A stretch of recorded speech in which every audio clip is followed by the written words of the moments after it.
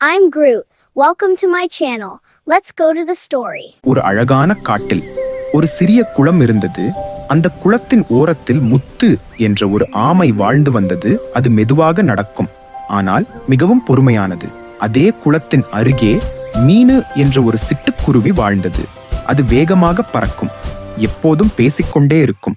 ஒரு நாள் மீனு ஆமையை பார்த்து சொன்னது, முத்து, நீ என் எப்போதும் இவ்வளவு மெதுவா நடக்கிறாய் என்று. மீனு முத்துவை கேலி செய்தது. எனக்கு ஒரு வினாடியில் அந்த மரம் போய் வர முடியும் என்று மீனு சொன்னது. முத்து சிரித்துக்கொண்டே சொன்னது, வேகம் எல்லாமே இல்லை மீனு, பொறுமையும் முக்கியம். ஒரு நாள் கடும் காற்று வீசியது. மீனு வேகமாக பறந்து கொண்டிருந்த போது தன் சின்ன கூடு இடிந்து விழுந்ததை கவனித்தது. மீனு தன் கூட்டை பார்த்து அழுது கொண்டிருந்தது. மீனுவிடம் முத்து மெதுவாக வந்தது. கவலைப்படாதே மீனு, நான் இருக்கேன். முத்து தன் முதுகில் சின்ன குச்சிகள் மற்றும் இலைகளை சுமந்து வந்தது. ஒரு பாதுகாப்பான இடத்தில் மீனுவிற்கு புதிய கூடு கட்ட உதவியது.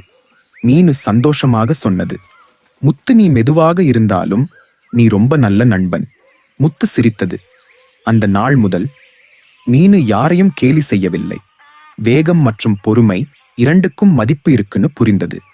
கதையின் பாடம், வேகம் மட்டும் முக்கியமில்லை, பொறுமையும் நல்ல மனமும் தான் உண்மையான பலம். ஹை ஃப்ரெண்ட்ஸ், நான் உங்க ஆமை நண்பன் பேசுறேன். மறக்காம அந்த subscribe and like button press பண்ணிடுங்க. மற்றும் ஒரு கதையில சந்திப்போம். Thanks for watching. Please like, share and subscribe.